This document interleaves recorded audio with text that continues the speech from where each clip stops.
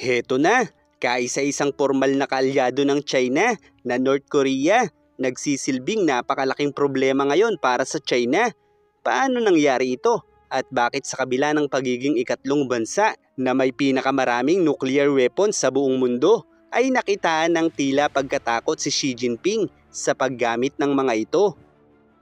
Sa nakaraang 7 dekada ay nagsilbing pangunahing bansa ang China sa patuloy na pakikipagkalakalan sa North Korea sa kabila ng mga sanctions na ipinataw ng United Nations sa bansang ito sa pangunguna ng US na tinutulan naman noon ng China bilang pagsuporta nito sa kaisa-isa nilang formal na kaalyadong bansa.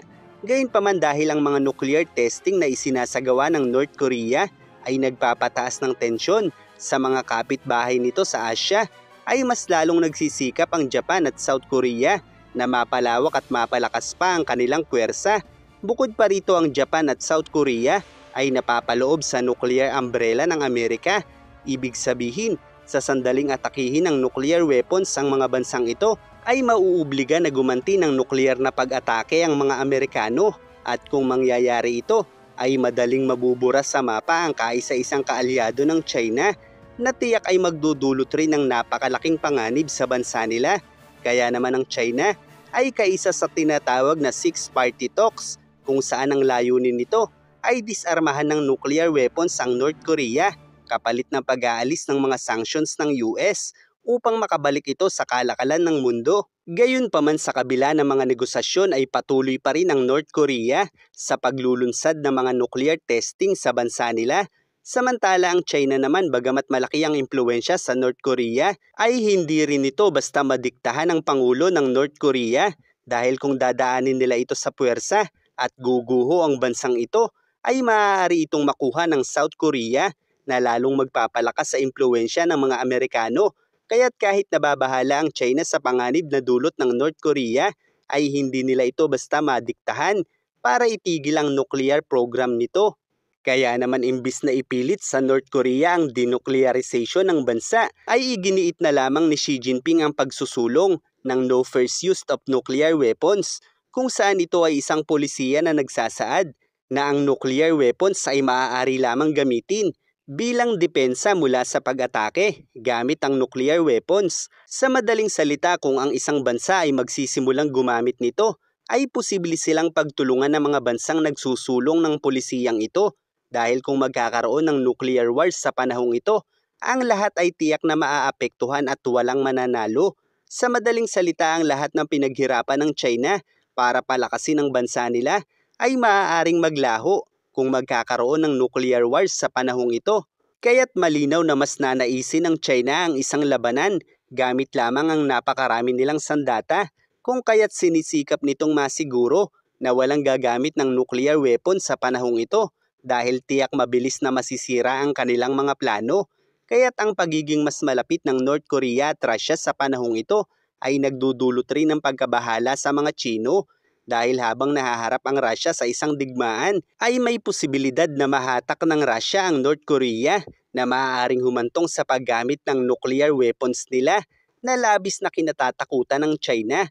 Sa kasalukuyan kasi ang ilang opisyal ng South Korea ay pinag-uusapan na ang paglikha ng sarili nitong nuclear weapons, at sa kabila ng mga alalahanin ng ilang opisyal ng South Korea ay malinaw na ang kanilang missile arsenal na kinabibilangan ng short and medium range ballistic missiles at cruise missiles ay maaaring kargahan ng mga nuclear warheads. Kaya't sa madaling salita, bagamat wala pa silang mga nuclear weapons, ay madali lamang nitong magagamit ang kanilang mga missiles bilang mga nuclear weapons. Gaya lamang din ng mga BrahMos missile at iba't ibang klase ng missile ng US sa Pilipinas na anumang oras ay maaaring kargahan ng mga nuclear warheads. Kaya't ang pagkakaroon ng isang nuclear wars sa panahong ito ay maaaring magmula sa napakaraming bansa sa buong mundo. Kaya't mawawala ng kasaysayan ang pinakamalaking naval assets ng China sa buong mundo kung nakalalasong hangin na ang kakalat sa mundong ito. Kaya't ganoon na lamang ang takot ng China na magkaroon ng nuclear wars sa panahong ito, dahil kampante sila na mas papabor sa kanila ang isang digmaan gamit ang mga non-nuclear na sandata. At habang mainit ang tensyon sa pagitan ng North at South Korea, kabilang ang Japan, ay mahihirapan ang China na masakop ang Taiwan. Dahil sa tensyong ito ay mas nagiging aktibo ang Japan at mga Koreano na nagiging daan sa mas lalong paglakas ng US sa rehiyong ito na nagbibigay naman ng malaking alalahanin sa komunistang partido upang simulan ang aktwal na gulo. Kaya't malaking tinik sa lalamunan ngayon ng China ang North Korea at magpasa hanggang ngayon ay umaasa ang China na susunod sa 6-party talks ang North Korea dahil kung mangyayari ito ay maaaring mabawasan ang tensyon sa pagitan ng North at South Korea, kabilang na ang Japan na maaaring maging daan para sa China na mabawasan ang banta ng mga ito sa pagsalakay nila sa Taiwan.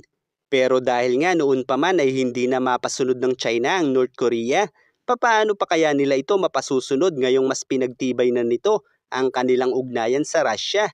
Kaya't ang plano nitong pagsalakay sa Taiwan ay malabo pang maisakatuparan sa panahong ito ng China. At kung ang Pilipinas naman ang uunahin nila, ay malinaw na mas maraming bansa pa ang maghahangad na mapabagsak sila dahil ito ay magsisilbing pagkakataon para sa Taiwan, Japan, South Korea, India at US na pabagsakin ang China. Isama mo pa ang mga bansang miyembro ng NATO at ang Australia na tiyak ay malaki rin ang maitutulong sa pagpapabagsak ng komunistang partido. Bukod pa riyan ang mga BrahMos missile at mga missiles ng US sa Pilipinas na maaaring gamitin bilang nuclear weapon sa panahon ng kagipitan ay tiyak na makadaragdag sa alalahanin ng China, kaya't ganoon na lamang ang kanilang pagtutol sa pagdadala ng US ng mga missiles nito sa Pilipinas. Kaya't ang plano ng China na lusubin ang Pilipinas ay hindi mangyayari hanggat naririto ang puwersa ng US. Gayunpaman bagamat napakalakas na ng ating posisyon laban sa China, ang pagbawi sa mga isla ay hindi madaling maisasakatuparan dahil dalawa lang ang posibleng paraan para ang ating mga isla ay kanilang bitawan. Una ay ang pagbagsak ng komunistang partido at posibleng mangyari ito kung lulusob sa Taiwan ang komunistang partido. Dahil sa paraang ito ay maaaring mapagtanto ng mga mamamayan ng China na sarili nilang kalahi ang pinapaslang ng gobyerno nila na ang karamihan ay may kaanak pa sa mainland ng China. At kung mangyayari ito sa dami ng mamamayan ng China, ay magagawa nilang pabagsakin ang pamahalaan ng mga komunista habang nahaharap sila sa isang digmaan laban sa iba. Ikalawa, maaari nating mabawi ang ating mga isla sa rehiyong ito, kabilang na ang mga artificial island ng China. Iyan ay kung magkakaroon ng digmaan sa rehiyong ito na magtatapos lamang sa sandaling mapanatili natin sa mga islang ito ang ating puwersa kasama ang mga Amerikano. Gayunpaman ang opsyong ito ay magdudulot rin ng matinding kahirapan sa mamamayan ng bansang ito, kaya't hindi tayo maaaring basta na lang gumawa ng aksyon gaya nito. Subalit hindi rin natin dapat ipakita na hindi tayo nakahanda sa posibilidad ng malawakang gulo kung sakaling sisimulan ng China ang isang direktang digmaan laban sa mga Pilipino. Kaya't ang malakas na posisyon ng Pilipinas sa panahong ito ay hindi lang sinusukat sa agarang pagbawi ng teritoryo dahil ang estratehiyang ito sa kasalukuyan ay nagagawang pigilan ang tuluyang pagsakop ng China sa iba pa nating teritoryo at ang pagbawi ng isla ay hindi isang kending maaari mong kunin sa China.